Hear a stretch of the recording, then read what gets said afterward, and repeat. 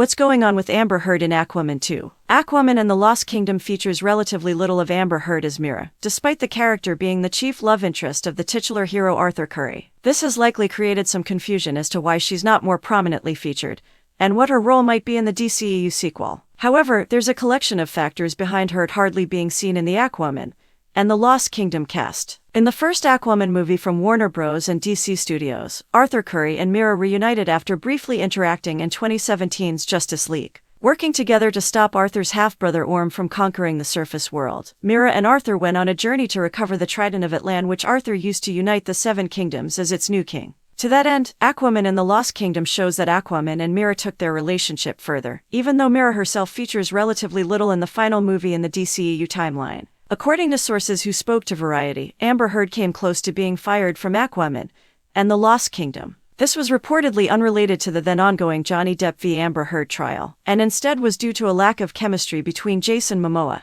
and Heard, with the latter's attorney being contacted about the studio deciding to drop his client for this reason. However, this would not come to fruition, supposedly because Heard's former boyfriend Elon Musk had a lawyer compose a scorched-earth letter to Warner Bros., threatening to burn the house down if Heard was cut from the sequel. Aquaman and the Lost Kingdom first showed Arthur Curry in his new status quo as King of the Seven Kingdoms in its initial trailer, which also featured him as a new father with a newborn son, immediately raising questions as to how much Mera would be in the movie, given the story would seemingly be about their new family. Speculation that Mera would be having a far smaller role in the film was exacerbated by the fact that the character only featured in a single shot that's easy to miss in this trailer, seen striking a window. Upon the release of Aquaman 2, it was revealed that Mera's overall screen time collectively made up around 20 minutes of the overall installment, and included relatively few lines of dialogue. The diminished role Mera plays in the sequel stuck out to many, but had been explained far prior to the release of the final DCEU movie, both because news of the complicated production circumstances of Aquaman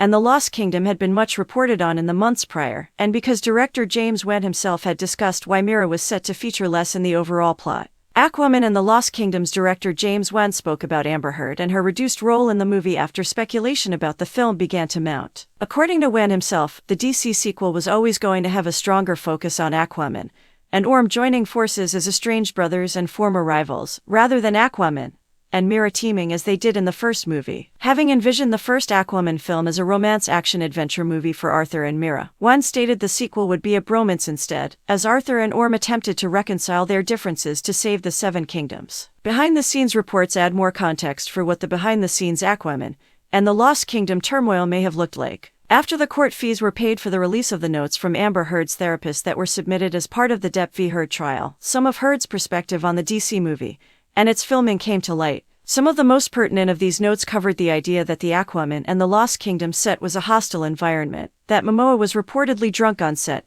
and trying to get Heard fired, and that director James Wan grew frustrated with being unable to fully promote the movie due to the ongoing legal battle between Amber Heard and Johnny Depp taking place at that time. It is worth noting that these notes do not prove any of these allegations definitively true, especially as DC spokespeople have released statements bringing them into contention, notably stating that Jason Momoa conducted himself in a professional manner at all times on the set of Aquaman and the Lost Kingdom, and that James is known for treating members of his cast and crew with the utmost respect and for fostering a positive, collaborative environment on set. The Aquaman films were no exception. However, what is clear from all of this is that the set of the Aquaman sequel saw considerable strife and complication, even if the specific details themselves cannot be clear to outside audiences at this time. Enjoying the content? Subscribe, like, share, and drop a comment to be a part of our amazing community. Your support means the world.